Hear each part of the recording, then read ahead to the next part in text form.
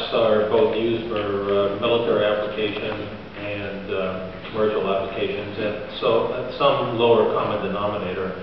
And often when we are faced with sending technical information or know-how into China, we have to go through a very rigorous process of export control and ITAR challenges in regards to classification of material. And a lot of times, a lot of our products just will not be able to be manufactured in China, and we will not be able to reveal our processes because of IP concerns.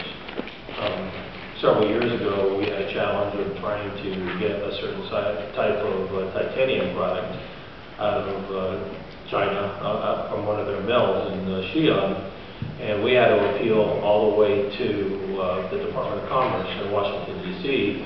to actually get a license to get the product.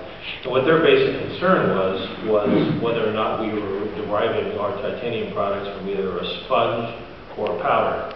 And sponge is primarily the baseline product that we get our metallic titanium from, but from a powder, that type of product can be used in nuclear applications.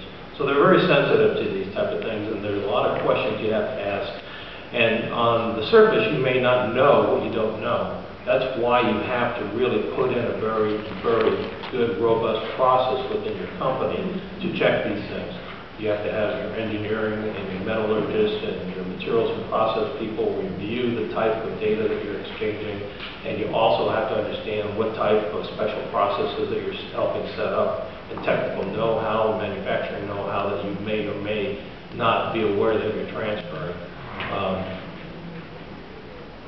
We don't make a whole lot in the U.S. anymore. We're driving toward the service and integration type of society.